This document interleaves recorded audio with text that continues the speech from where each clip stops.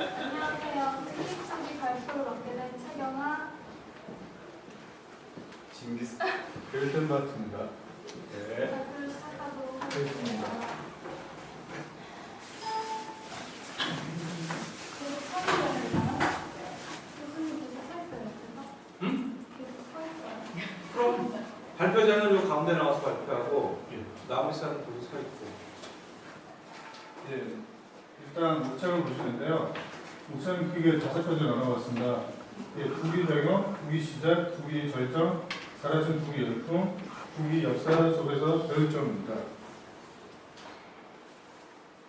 예, 여러분 앞에 아름다운 꽃 한 송이가 있습니다. 근데 하지만 400년 전에 이 꽃 한 송이가 얼마에 거래되는지 아시나요? 100만 불. 예, 알겠습니다. 예, 이 꽃 한 송이를 지금이 가치를 비유하자면 강남에 있는 빌딩하고 비교가 될 만큼 그때 그렇게 거래가 됐었습니다. 그렇다면 400년 전에 이 꽃 한 송이가 무슨 일이 있었길래 이렇게 비싸게 팔렸는지 알아보도록 하겠습니다. 예, 네덜란드 필립 등이랑 1634년에서 1637년 사이에 네덜란드에서 발사한 필립 과일 투기 공사입니다. 조기 저변주의 단계에서 역사상 투기 첫 사례입니다. 유럽 근대 3대 법을 중 하나 필립 법을, 미시시 법을, 사우시스 법이 있습니다. 예, 네덜란드에서 필립이 유명한 건 다들 아시죠? 네덜란드 국화도 발이 필립입니다. 네덜란드에게 가장 사랑받는 곳입니다. 네덜란드에서 재배되는 튤립이 약 90억 송이이며 이 중 약 70%가 전 세계로 수출된다고 합니다. 그렇다면 튤립은 어느 나라의 꽃일까요? 예, 튤립의 원산지는 네덜란드가 아니라 터키라고 전해져 오고 있습니다. 예, 칼로스 필리시우스 바로 이 사람인데요. 이 사람이 바로 네덜란드 튤립을 전파한 사람입니다. 네덜란드 유명한 식물학자이며 튤립이 아버지라고 불립니다. 당시 오스만 제국이 있었을 때 지금은 터키지만 칼로스 필리시우스는 오스만 제국 관실 정원사로 일하던 중 진구에게서 길 알꼬리를 선물받았습니다. 1593년 네덜란드 레이더 대학 식물원이 책임져 구입에 가면서 선물로 얻은 튤립 알고리를 몇 개 가지고 갔던 것입니다. 칼로스 필리시우스는 1594년 레이든과 관련 지역에서 네덜란드 역사상 처음으로 튤립을 재배하기 시작했습니다. 예.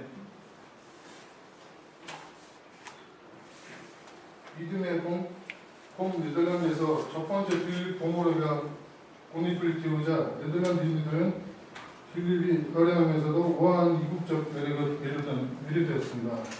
튤립은 순식간에 레이든과 상류 사회의 인력을 집중시켰습니다. 따라서 네덜란드의 한실 귀족들이 튤립 알고리를 얻기 위해서 칼로리스 필리시우스 너도 나도 물려들었다고 전해집니다. 아마 처음 보는 곳에 대한 호기심과 아름다운 것을 그리는 인간의 본능과 함께 작용했을 것입니다. 어쨌든 튤립을 향한 네덜란드인들의 사랑이 더욱 깊어졌고 집집마다 정원에 튤립을 심는 것이 크게 유행되기 시작했습니다. 특히 꽃잎에 아름다운 무늬가 있는 필립 공주는 더 큰 인기를 얻게 되었습니다. 네, 지금까지 네덜란드의 튤립 전파 경로와 튤립에 대한 예정을 알아봤습니다. 그렇다면 튤립에 대한 단순한 예정인 투기로 일어나기까지 당시 17세기 네덜란드의 시대적 상황에 대해서 알아보도록 하겠습니다.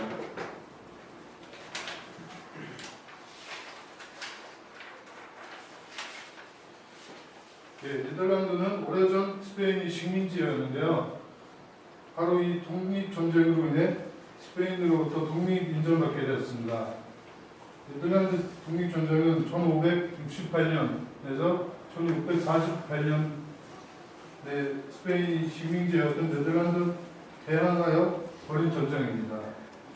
네덜란드는 스페인으로부터 독립함으로써 군사적 위협이 사라지게 되었고 이는 네덜란드 전체적 안정적인 상태로 만들어졌습니다. 1630년대 네덜란드 경제적 상황이 투기적 월각감이 거질 수 있는 아주 좋은 조건이었습니다. 당시 유럽은 30년 동안 독일을 무대로 전쟁을 하고 있었기 때문입니다. 1618년에서 1648년이 30년 동안 이거는 종교 전쟁은 가톨릭 개신교 정교적인 이념 차이로 벌인 최대의 전쟁입니다. 당시 네덜란드의 강력한 경쟁자였던 동유럽이 직물 산업이 30년 전쟁으로 인해 붕괴되어 네덜란드 직물 산업이 포항을 맞게 되었습니다. 이에 네덜란드는 직물 산업을 바탕으로 빠르게 물을 축적해 나가게 됐습니다. 네. 1942년 대항해 시대를 연 콜럼버스 섬에 들렸던 것은 바로 마르코 폴로의 동반을 검문록이었습니다. 콜럼버스 신대륙을 발견했다는 소식이 전해지자 이후 유럽에서는 여행가 특유의 소품과 사실을 뒤섞은 이 책이 단대의 베스트셀러가 됐고 인쇄술이 발전하기 이전에도 10개에 넘는 나라의 말로 번역돼 널리 읽혀졌습니다. 이후 중국 등 아시아나 신대륙을 가면 부자가 될 수 있다는 환상에 전 유럽이 들뜨게 됐습니다. 대략 1500에서 1700년 이 환상을 쫓은 유럽인들은 대이동을 시대를 대항시대라고 부르게 됐습니다. 포르투갈, 스페인, 영국, 네덜란드 등이 해상무역권을 두고 치열한 각 축전을 벌였습니다. 스페인으로부터 국립권을 획득한 네덜란드는 스페인과 포르투갈, 맞서던 영국과 우호적 관계가 있었으며 스페인과 포르투갈 물량으로 신대륙에서 가져온 막대한 금, 한신료, 비단 등 네덜란드에 많은 이익을 가져다 줬습니다.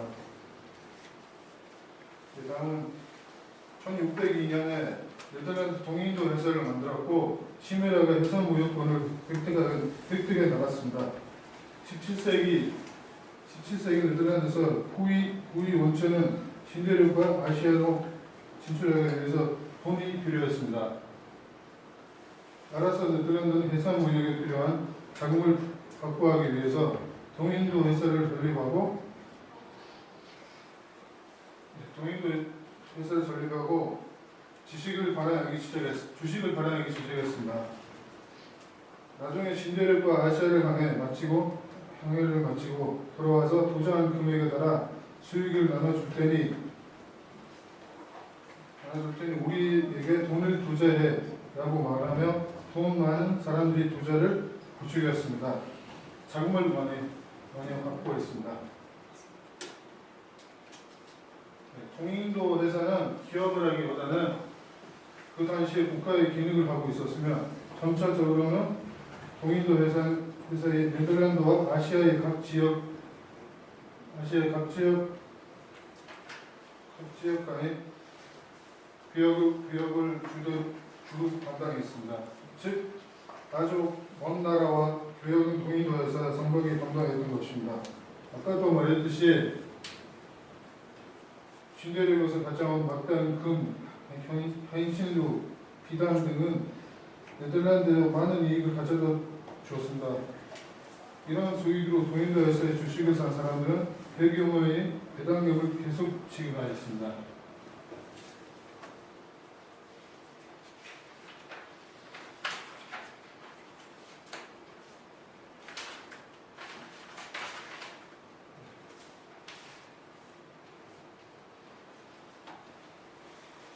네, 어제부터는 17세기 조중반 네덜란드 제국이 전성기를 보내고 있었습니다. 특히 그 중에 금융의 발전을 더 멈추셨습니다. 영국, 프랑스 등 외국에서 들어오는 자금을 관리하기 위해 암스테르담 은행을 세우고 1610년에는 증권거래소를 설립했습니다.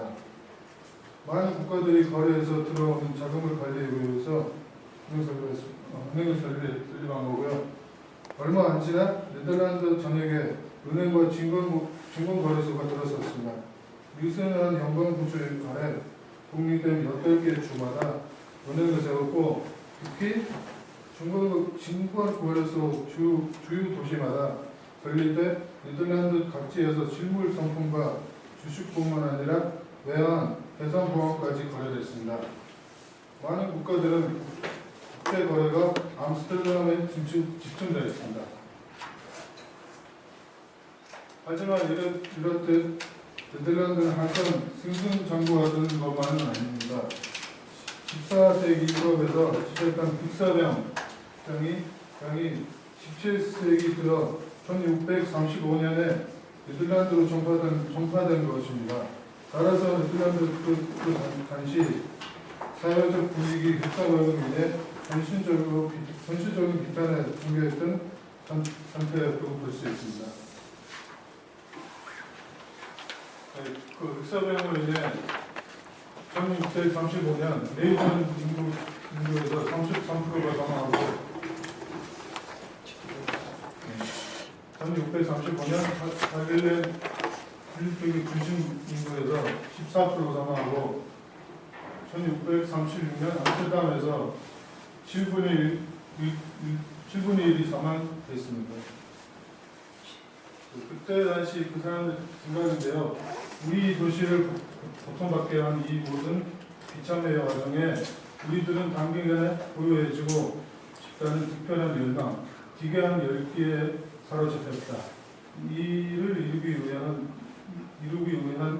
수단은 분립이 거래에서 발견될 수 있다고 생각됐다. 이렇게 되어 있습니다. 당시 민심이 흉흉해지고 나도 국사병에 걸려 죽을 수 있다는 공포감이 조성됐고 사람들 사이 심리가 굉장히 불안해졌습니다. 실제로 역사적 밤담이라는 사람은 국사병에 제약이었을 때 정부주기가 전점에 달했다라고 말했으며 다른 역사가 반드리브람이라는 사람은 아마도 사람들 사이 일종의 숙면으로 퍼짐으로써 그것이 가장 관적인 두기를 만들었을 것이다 라고 분립두기 배경에 대해서 설명하고 있습니다. 네덜란드인들은 부를 안겨줄 새로운 대상을 찾기 시작했습니다. 네, 당시 분립투기 조성될 수 있었던 17세기 네덜란드의 상황을 다시 한번 요약해 봤습니다. 네, 우선 네덜란드가 스페인으로부터 독립으로 인해 영향권에서 벗어나면서 전체적으로 안정을 되찾았고 둘째, 독일을 부대로 종교전쟁 덕분에 당시 네덜란드의 강력한 변전자였던 동유럽 직물 산업이 붕괴되면서 네덜란드는 직물 산업의 호황기를 맞았습니다. 또한 해상 교역에서 발발이 하여금 향신료, 비단 등 막대한 이익은 비축하고 있었습니다. 금융의 발전도 있었습니다. 이때 주식으로 인해 많은 돈을 번 사람들과 그런 소문을 듣고 당시 네덜란드인들이 일을 하지 않고도 쉽게 돈을 벌 수 있다는 것을 알았고 당시 동인도 회사의 주가가 높아졌기 때문에 귀족이나 대상인들만 살 수 있었습니다. 따라서 주식을 사지 못한 일반 서민이나 중산층 계급은 자신들에게 꿀을 남겨줄 대상으로 대상을 튤립으로 여기기 시작했습니다. 이는 나중에 그 대상이 튤립으로 바뀌어 막대한 투기 광풍이 몰아치는 원인이 되기도 한 것입니다. 사회적 외적 요인 살펴보자면 빅서병이 있었습니다. 이 모든 것을 단시 민심이 고통받게 하는 상황에서 단기간 부여해주고 싶다는 특별한 열망이 사라졌는데 이를 이루기 위한 수단은 튤립이 거래였던 것입니다. 이 모든 것을 종합해 봤을 때 튤립 투기 발생했던 17세기 네덜란드는 유럽 제2의 경제 대국이었으며 유럽 국가 가운데서 1인당 국민소득이 제일 높았습니다. 따라서 돈이 많았던 네덜란드인들은 더 큰 부를 안겨줄 새로운 대상을 찾기 시작했는데 그 대상이 분류되었습니다. 감사합니다.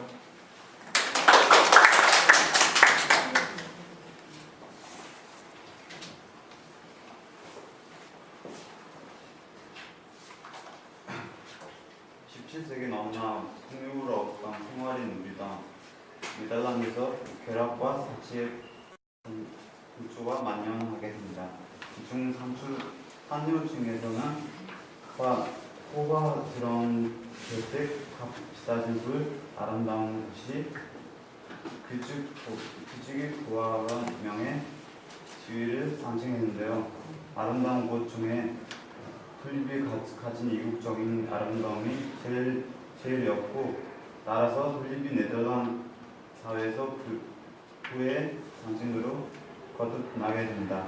당시 산유사회 고부인들은 사교 모임에 튤립을 머리나 가슴에 장식으로 달고 나타났다고 합니다. 이렇듯 튤립으로 만든 장식품은 사회적 지위를 드러내는 수단으로 사용하기 시작했습니다. 또한 귀족들은 부를 과시하기 위해서 웅장한 저택에 튤립을 장식하기 시작했습니다. 우아하고 화려한 색의 튤립은 원산지인 터키에서 당시 사랑하는 사람에게 청혼할 때 주던 곳이었습니다. 초기 연주들의 정원을 장식하던 튤립이 사회 전반에 거쳐 튤립에 대한 변적인 집착이 생겨나자 공급이 수요를 창출할 수 없었습니다. 게다가 다음 페이지에서는 나오는데요. 모자이크 바이러스에 감염된 튤립이 희귀한 꽃잎을 만들어내면서 환상적으로 아름다운 옷을 피우자 이는 네덜란드에서 진귀한 수집품이었습니다. 이제 중간 상인들이 긴장해 비싼 가격에 팔기 위해서 비싼 튤립을 사들이기 시작했습니다. 튤립은 이제 더 이상 사랑을 고백하기 하는 것이 아니라 줄을 가져다 줄 것이라고 사람들은 평범한 부귀의 것이 되었습니다. 당시 네덜란드인들이 가장 사랑했던 튤립입니다. 꽃잎의 문내가 특이하죠. 이렇게 특이한 꽃잎의 문내는 현재 바이러스 때문에 숨겨진 사실이라고 밝혀졌으나 당시 네덜란드 사람들은 튤립의 왜 각각 다른 색과 모양을 진연인지 그 원인을 몰랐습니다. 여기에서 바로 튤립이 투기 대상이 된 이유가 나오는데요. 바로 우연성 때문이었습니다. 우리가 바이러스에 감염돼 꽃이 활짝 필 때까지 아무도 그 무늬 색을 예상할 수 없었기 때문입니다. 바로 이 점에서 지금 로또와 비슷한 성격을 가지고 있습니다. 네덜란드인들이 튤립에 대한 사랑은 도가 지나서 튤립에도 등급을 매겨 거래하기 시작했습니다. 당시 네덜란드인들은 꽃의 색깔과 모델에 따라 튤립에 다양하게 분류했습니다. 유괴서열에 따라 품격과 같은 이름을 붙이는 방법이었습니다. 황실한 상징하는 붉은 줄무늬가 있는 번째 튤립이 가장 비쌌습니다. 이어서 중부 튤립, 제북 튤립, 장군 튤립 순으로 이름이 붙였습니다. 높은 등급의 튤립 종류수로 가장 비쌌습니다.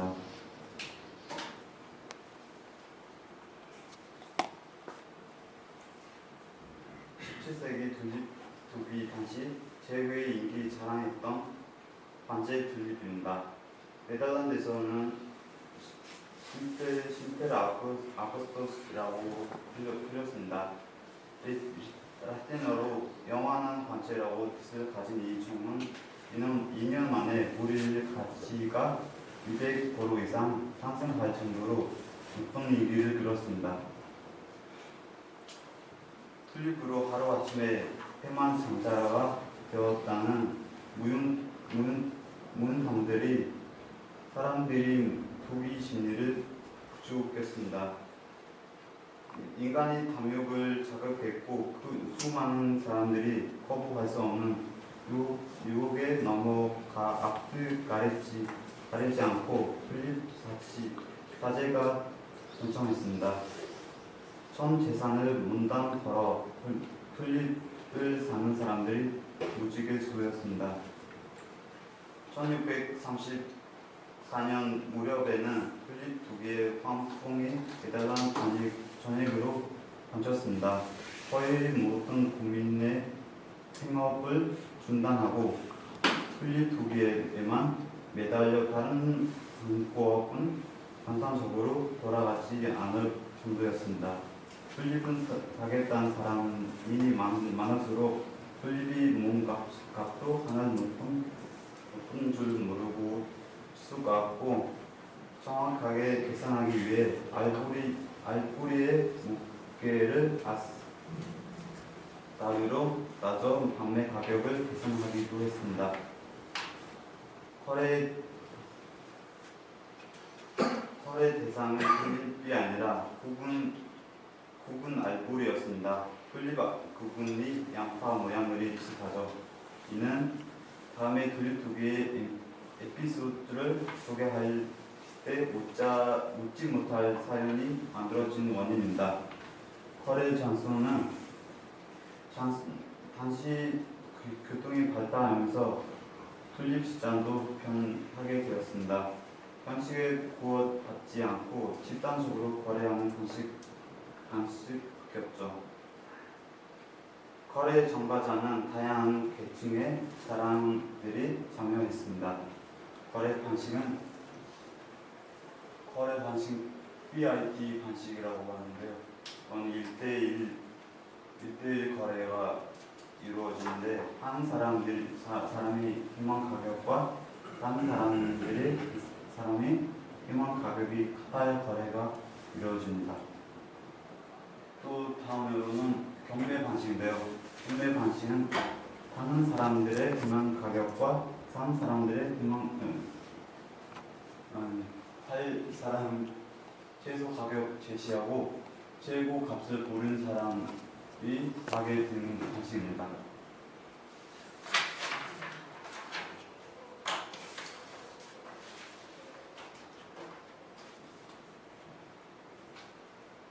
왼쪽 그림은 17세기 튤립 버블 당시의 전단지입니다.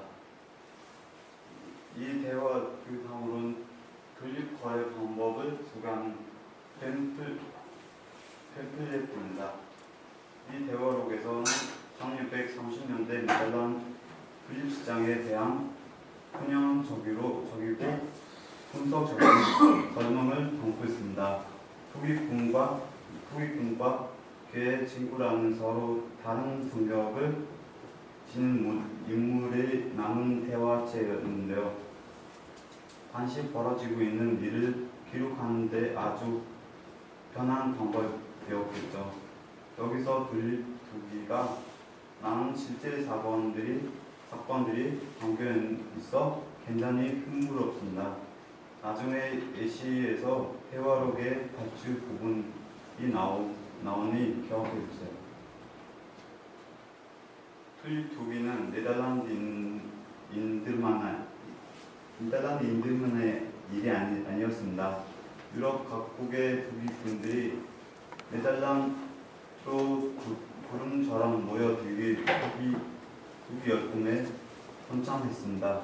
1636년에는 규종 분립에 대한 수요가 급증하자 거래의 변해를 위해 아예 암스테르담에 있는 증권 거래소 안에 분립 거래소를 개장하기가 이르렀습니다. 뛰어온 다른 지역에도 속속 분립 거래소가 설립되었습니다.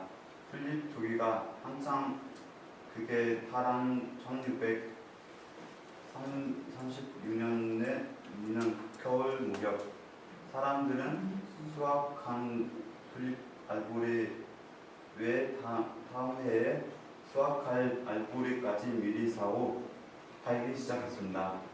알보리 선물 시장이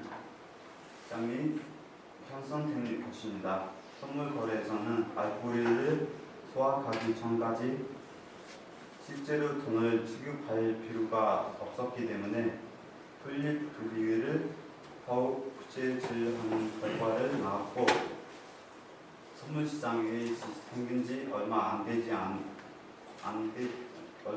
않을 거라 명확하게 정해진 규정도 없고 시설을 유지하기 위한 각종 제도도 운영하지 못했습니다. 따라서 분립 가격이 큰 거품을 금지하거나 상속할 방법이 없었습니다. 그 결과 분립 가격의 큰 거품이 급속도로 평창의 가격이 날마다 사상 제국치 기록을 갈아지웠습니다.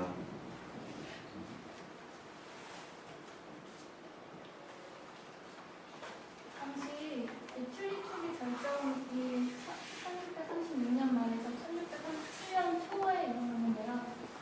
대중의 미망과 관계라는 책에서 보면 튤립 투기에 대한 묘사가 아주 자세히 있어서 발췌를 해봤습니다.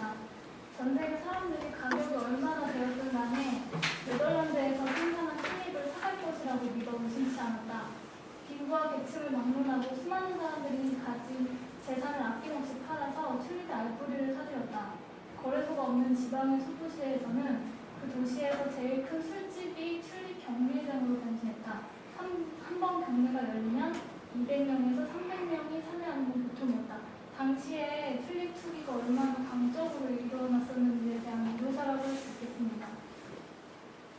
또 대화록에서 보면 아까도 말씀드렸듯이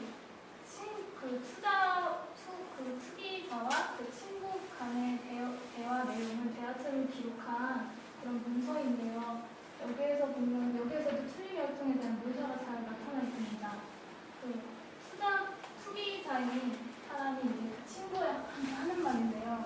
올 여름까지 돈을 지불할 수 없으면 갖고 있는 모든 재산을 팔아서라도 튤립을 사라. 왜냐하면 하루에 절정했을 때는 하루에 두 배씩 튤립이 올랐기 때문에 그때 당시에 팔고 있는 거를 사지 않으면 굉장히 바보였던 거죠. 그게 당연했던 거죠. 그래서 앞으로 2, 3년 동안 지속된다면 내게는 충분하다. 튤립으로 벌 수 있는 수익이. 그래서 당시 대화를 본다면 사람들은 튤립 가격이 계속해서 오를 것이라고 맹신하고 튤립 강풍도 계속 지속될 것이라고 생각했습니다. 그래서 이 버블이 꺼질 것이라고 아무도 예측을 하지를 못했습니다. 절정에 달하면서 이제 다양한 거래 방법이 방법들이 등장했는데요. 그 중에 하나가 선물 거래입니다. 튤립의 수요는 많은데 공급이 그에 비해서 매우 부족했기 때문에, 그 이유는 왜냐하면 튤립은 봄이나 여름에 재배가 됐기 때문에 겨울에는 거래가 불가능했어요. 아까 알다시피 뿌리로 거래를 했잖아요.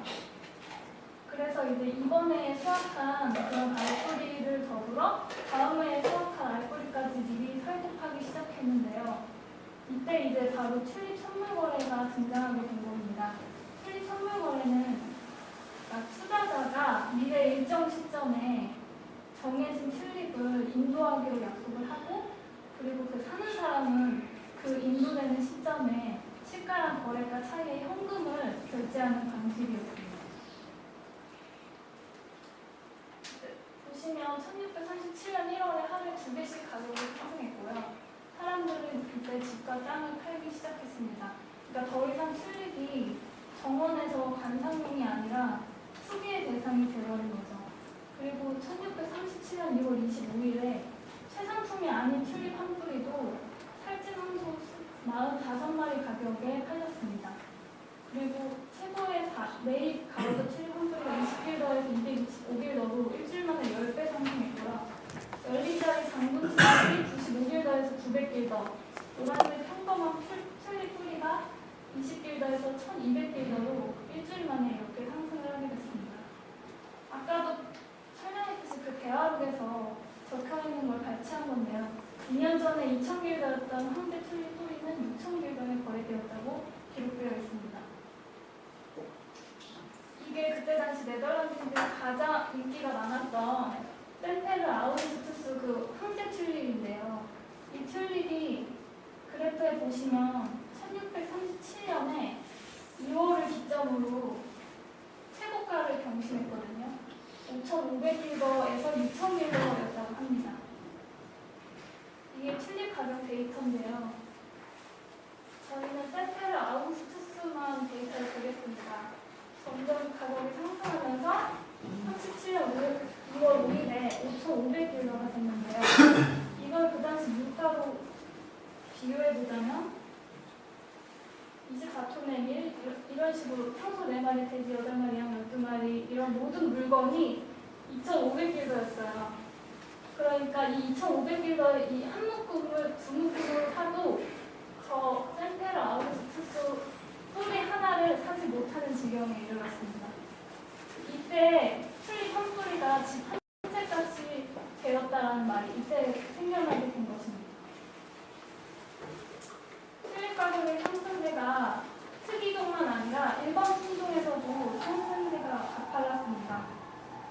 1637년 1월에 64길더였던 일반 품종 튤립이 2월 5일에 1668길더로 폭등했는데요.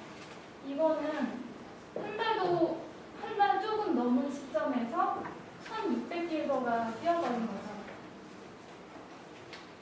당시에 네덜란드인들의 연평균 소득이 200에서 400길더였고, 당시 한 가정의 1년 생활비가 300길더였는데 일반 품종의 그 튤립 가격이 1668길더였잖아요. 얼마나 비쌌는지 아시겠죠? 그리고 최고 수준의 꽃 그림 한 폭이 1000길더에 팔렸었는데 이 그림보다도 튤립 한 뿌리가 더 비쌌습니다. 튤립 수기가 결정에 달았을 때 웃지 못할 에피소드입니다.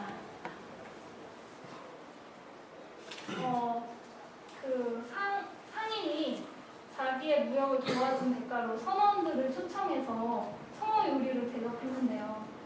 상인이 그 자리에 사라지고 나서 음식을 먹다가 무기맨인 선원이 근처에 있던 튤립 뿌리를 양파로 오해하게 되는데, 이게 바로 아까 제일 비쌌던 센테르 아우구스투스라는 튤립 뿌리였어요. 그래서 그 상인은 이 선원을 고소하게 됐고, 이 선원은 그 뿌리를 먹었다는 이유로 유죄를 선고받아서 감옥살이를 하게 됐습니다. 이것도 대중의 미망과 관계라는 책에 기록되어 있는 에피소드고요. 그리고 그 당시에 네덜란드인 그 부유층에서 딸을 시집 보낼 때 훈수로 이 센테르 아우구스투스의 뿌리 한 뿌리를 보냈다고 그렇게 기록도 되어 있습니다. 영원히 계속될 것 같은 버블의 순간에 2월을 기점으로 이렇게 폭락을 하게 됩니다. 정확하게 붕괴 이유는 아직까지 수수께끼로 남아있지만 확실한 거는 알뿌리를 사겠다는 사람이 어느 날부터 없어지고 공급을 하겠다는 사람이 너무 많아졌기 때문입니다. 그래서 이제 공급이 더 많고 수요가 적어지게 되면서 알뿌리 가격이 저렇게 급락하게 되었고 그리고 시장은 빠르게 붕괴되었습니다. 튤립 가격 연간 하락률 데이터입니다. 여기에 있는 튤립은 일반 품종 튤립인데요. 보시게 되면 가운데 1637년 2월 5일에 튤립이 이제 최고가였고요. 이제 그 옆에 보시면 비테크로넨이라는 튤립 뿌리가 연간 72% 그리고 24%, 36%, 35%씩 하락했습니다. 그렇게 되자 이제 5, 6년 뒤에 1668길더였던 게 37.5, 그다음에 700길더였던 게 210, 1345길더였던 게 220, 805길더였던 게 138길더로 하락하게 됩니다. 그리고 기록에 의하면 일주일 동안 90%가 하락한 품종도 있었다고 전해집니다. 이렇게 튤립 가격이 이유 없이 하락하게 되자 네덜란드 정부가 개입을 하게 됩니다. 네덜란드 정부의 서명에서 튤립 가격이 이유 없이 하락하고 있기 때문에 저가 판매를 이제 중단하고 계약 가격의 10% 선에서 거래할 것을 권고하기에 이르렀습니다. 그런데 사람들은 자신의 손해를 법의 힘을 빌려서라도 그 손해를 그러니까 자신이 손해를 입은 부분을 법의 힘으로 빌려서라도 되찾기 위해서 법원에 막 드나들기 시작했고요. 그리고 당시에 여러 계층의 사람들이 그렇게 했기 때문에 시장이 금세 안정되지가 않았어요. 그래서 계속 불안정하게 지나가고 결국에 1638년 5월에 정부가 튤립과 관련된 모든 계약을 중지시켰고 투기성 튤립 거래를 금지시키기에 이릅니다. 이때 취한 조치가 튤립 매매 가격을 3.5%만 지급하도록 명령을 내렸는데요. 이는 모든 채권 채무를 정리시키기 위한 정부의 극단적인 조치였습니다. 그러니까 예를 들어서 채권자가 1,000만 원짜리, 그러니까 팔면은 1,000만 원을 벌 수 있는 채권을 가지고 있었다고 예를 들어서 그렇게 말해본다면 35만 원만 받고 이 채권을 팔게 되는 거죠. 그리고 채무자는 1,000만 원의 빚이 있었지만 35만 원만 주고 채무를 정리하게 되는데 채무자 입장에서는 1,000만 원의 채무에서 35만 원의 채무를 갖게 되면 더 좋은 거라고 할 수 있잖아요. 근데 이런 채무자들은 당시에 모든 재산을 팔아서 여기 투기에 가담한 사람들이었기 때문에 35만 원으로 채무를 정리한다고 해도 수중에 남아있는 건 아무것도 없었습니다. 그래서 사람들이 그런 희망이 정부의 조치에 의해서 아예 다 사라져버린 거죠. 당시 이제 이러한 혼란한 상황 속에서 예술가들이 튤립을 부동과 풍자의 대상으로 그림을 그리기 시작했어요. 그래서 튤립을 이렇게 해골과 모래시계로 풍자를 했고 이 그림을 통해서 볼 수 있듯이 인간의 사악함을 이런 식으로 표현을 한 거거든요. 그리고 그 하위 농가든지 대상인이든지 튤립에 가담한 사람들을 이런 식으로 조금과 풍자를 한 그림이라고 할 수 있겠습니다. 그다음 유명 화가 양 부리얼의 그림입니다. 양 부리얼은 여기에서 보면 사람의 모습은 없고 이게 잘 안 보이는데 다 원숭이거든요. 그 이유는 사람들의 그 비이성적인 투기 행위를 멍청한 원숭이로 이렇게 표현했다고 볼 수 있고요. 왼쪽 그림을 확대해보면 이거는 한참 투기가 절정이었을 때 튤립을 사고 파는 그런 그림이고 오른쪽의 그림을 확대해보면 이제 법원에 가는 원숭이도 있고 그다음에 맨 오른쪽에 보면 원숭이가 튤립에 오줌을 누고 있는데 이건 당시에 사람들이 튤립 가격이 하루아침에 그렇게 폭락하게 되자 그런 증오심에 사로잡힌 사람들을 이렇게 묘사한 겁니다. 튤립 열풍으로 인해 기술의 주인공으로 대표적으로 네덜란드 풍경화가의 연방 보행을 들 수 있는데요. 이 사람은 정말 재수없게도 튤립 붕괴 하루 전날 자신의 재산 900일더와 자신의 그림 한 폭을 팔아서 튤립 한 뿌리를 사게 됩니다. 근데 자고 일어나니까 튤립 가격이 엄청 폭락해 있는 거죠. 그래서 결국 이 화가는 19년 동안 가난하게 살다가 생을 마감했다고 전해집니다. 튤립 투기로 인해서 네덜란드 정부에 상당한 영향을 끼쳤는데요. 세계적인 암스테르담 거래소에 막대한 타격을 입게 됐고, 그리고 강대국 네덜란드의 세태를 가속화했습니다. 왜냐하면 사람들이 생업에 전념하지 않고 그렇게 투기에만 몰두했기 때문에 경제가 제대로 돌아가지가 않았겠죠. 그래서 네덜란드 경제의 세태를 가속화했고, 이는 이제 유럽의 중심을 네덜란드에서 영국으로 점차 이동하게 한 계기가 됐습니다. 그래서 유럽은 그 이후에도 뭐 산업혁명이나 거치면서 경제적으로 부상했지만, 네덜란드는 그 이전처럼 유럽 대국의 1위의 그 경제 자리를 다시 되찾지는 못하고 있습니다. 튤립의 그런 투기가 좀 사실상 믿기 힘들겠지만, 근데 더 믿기기 힘든 건 튤립 열풍이 지난 100년도 안 돼서 네덜란드에서 또다시 똑같은 투기 열풍이 재현됐습니다. 그게 바로 수선화 투기인데요. 1720년 무렵에 수선화 가격이 폭등하게 됐습니다. 이때 다른 점이라고는 그 거래 대상이 튤립에서 수선화로 바뀌었다는 그 차이점 하나였고요. 그리고 모든 버블이 마찬가지듯이 한순간에 꺼지게 되고, 여기에 이제 투자한 사람들은 막대한 손실을 입게 됐습니다. 여기에서 우리가 배울 수 있는 점은, 역사는 언제나 놀라우리만치 똑같이 반복되는 것임을 확인시켜준 사건이라고 할 수 있겠습니다. 마지막으로 투자와 투기에 대해서 설명을 하고 마치도록 하겠습니다. 내가 하는 투자고 남이 하는 투기라는 말이 많이 있는데요. 현재까지도 경제학자들은 투기와 투자의 개념의 차이를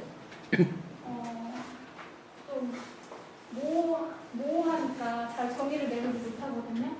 그래서 우선 사전적인 의미를 찾아봤는데, 투자란 생산활동을 통한 이익을 추구하는 거고 장기적으로 하는 겁니다. 예를 들어서 내가 부동산을 샀는데, 만약 공장을 샀는데 이걸 생산활동을 위해서 가동을 하는 그런 행위였다면 그건 투자가 되는 거고요.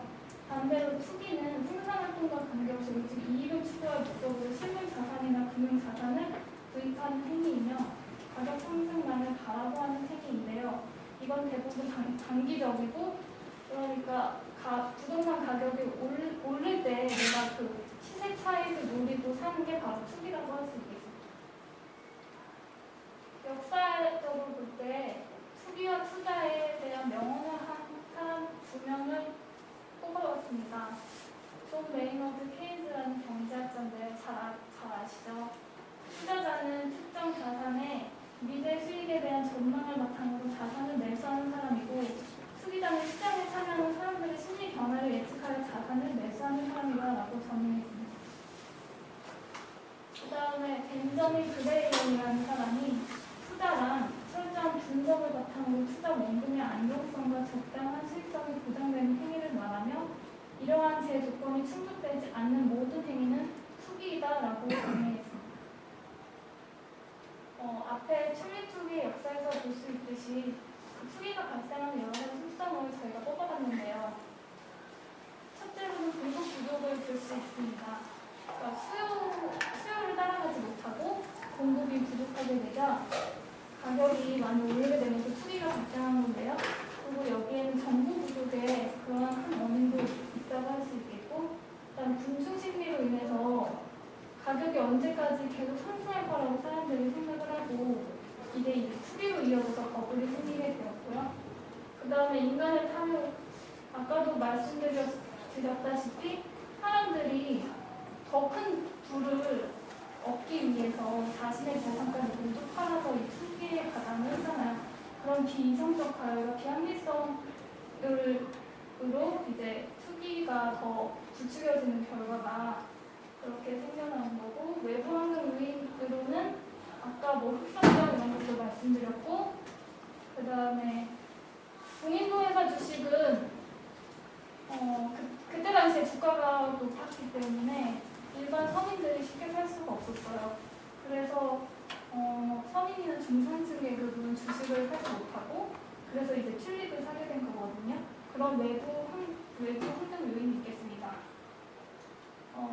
역사에서 보면 그 투기는 개인적인 손실뿐만이 아니라 아까 튤립 투기에도 보셨다시피 국가적 전반적으로 굉장히 많은 손해를 끼치는데요.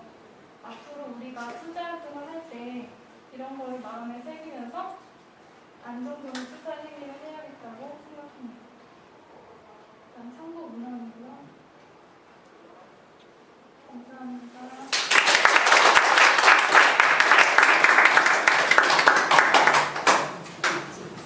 자, 질문하세요.